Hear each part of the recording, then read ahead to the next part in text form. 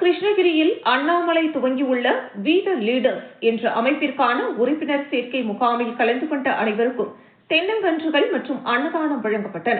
பாரதிய ஜனதா கட்சியிலிருந்து விலகி சமீபத்தில் புதிதாக தொடங்கியுள்ள வி த லீடர்ஸ் என்ற நாங்கள் தலைவர்கள் என்பது தமிழக அரசியலில் பெரும் தாக்கத்தை ஏற்படுத்திய அண்ணாமலை அவர்களின் கரத்தினை வசப்படுத்தும் நோக்கில் தமிழகம் முழுவதும் உறுப்பினர் சேர்க்கை நடைபெற்று வருகிறது.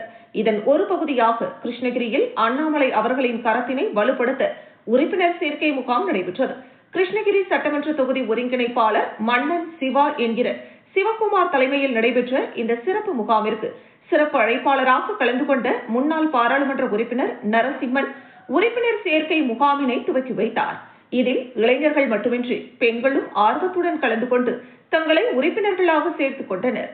மேலும் உறுப்பினர் சேர்க்கையை முன்னிட்டு உறுப்பினர்களாக சேர்ந்த அனைவருக்கும் தென்னங்கன்றுகளும் வழங்கப்பட்டன.